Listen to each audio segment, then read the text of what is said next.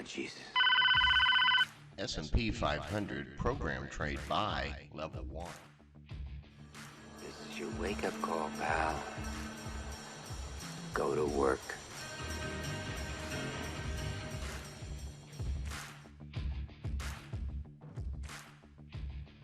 Okay, so today we're talking about negative interest rates. Yes, that's right, negative interest rates. I hope you like that soundbite. It cost me $1. I hope we got the money for it. Anyway, the idea for this chat about negative interest rates came to me actually in a hardware store a few weeks ago, maybe a couple of months ago, where a couple of guys in the queue in front of me were saying, and I won't do the thick Aussie accent if you don't mind, but they were saying something like, oh, you know, they've got negative interest rates, or they're talking about negative interest rates in Europe at the moment, and blah, blah, blah, blah, blah, shaking their heads and carrying on. And my first thought was to say, well, you know, if a bank offers, say, a negative mortgage rate, you know, they're going to figure out a way to get more fees and charges out of you. You know, that was one of my first thoughts.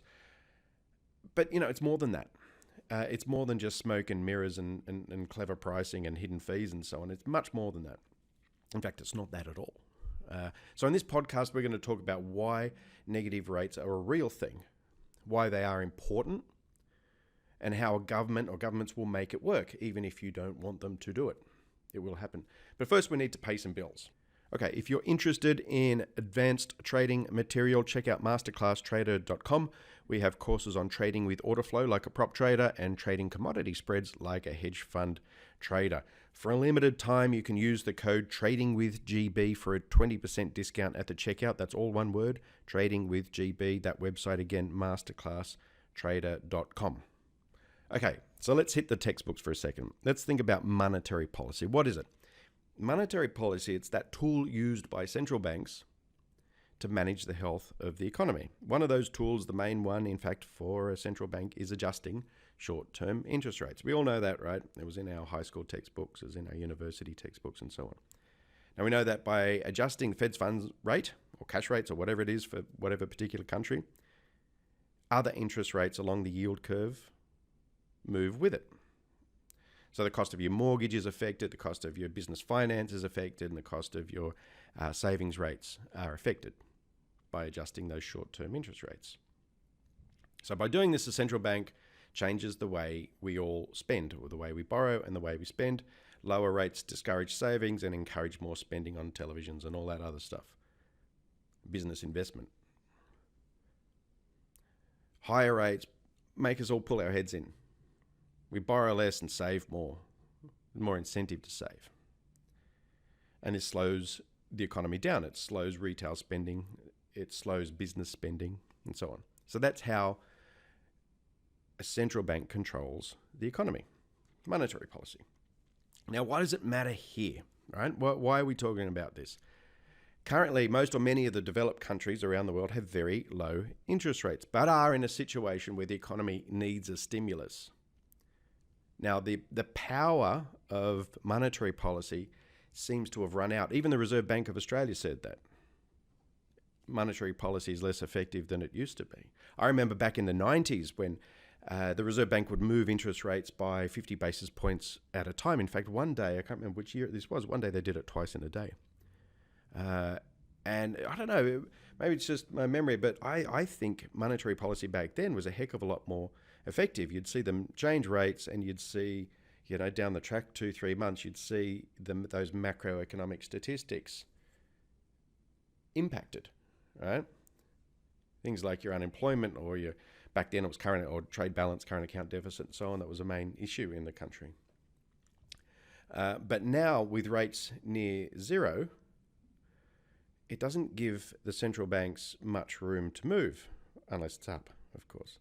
But there's no ability to stimulate the economy if we need it. If there's a big incident where a central bank needs to drop rates to stimulate the economy. They can't do it, right? Because rates can only go to zero. Or can they? Now, I was talking to a mate of mine a few weeks ago and I mentioned I wanted to talk about negative interest rates because I think it's a little bit confusing, but it's actually not. It's one of those topics, you know. And the first thing he said, well, you know, how can negative interest rates work? Because I'll just put all my money underneath my mattress. I don't know if people still do that, but anyway. Right? So instead of putting it in banks, you put it under your mattress. And that made me think, that's the whole point.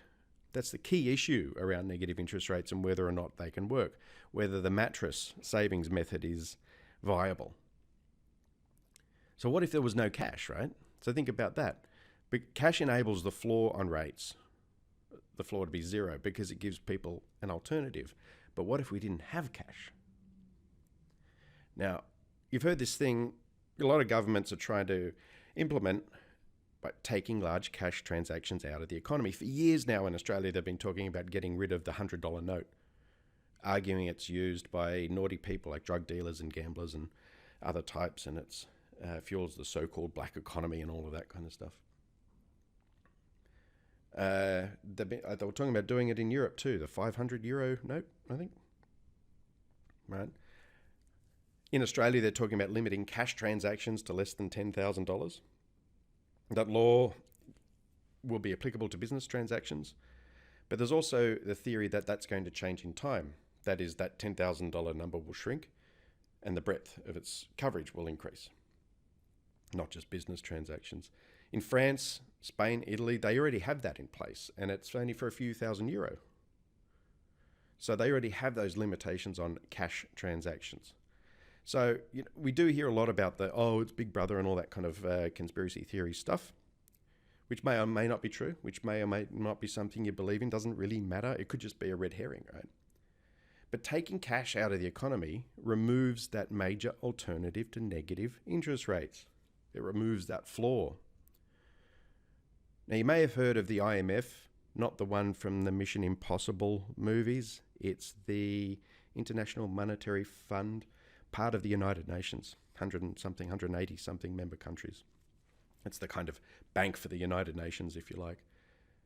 Now, they've written several papers on how it can work, and their idea of removing cash makes monetary policy more workable. All right, so think about that. If a bank is offering, say, neg 4 on deposits and neg 1 on mortgages, loans and all that stuff, they still make their spread, right?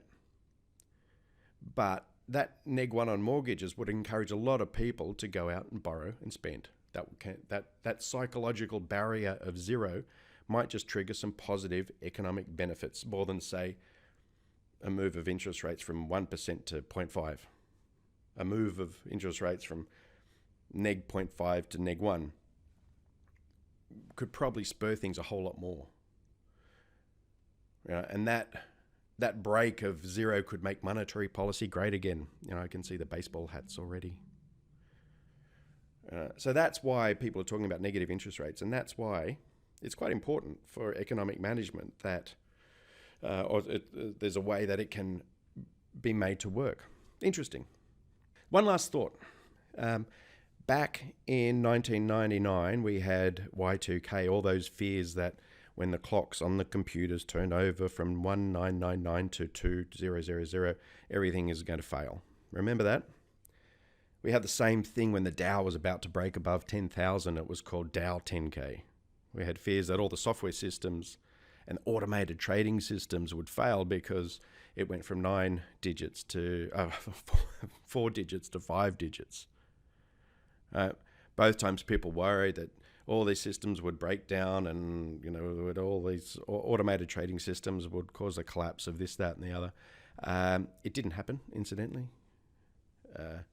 But could this happen this time? Are you thinking, could it happen this time?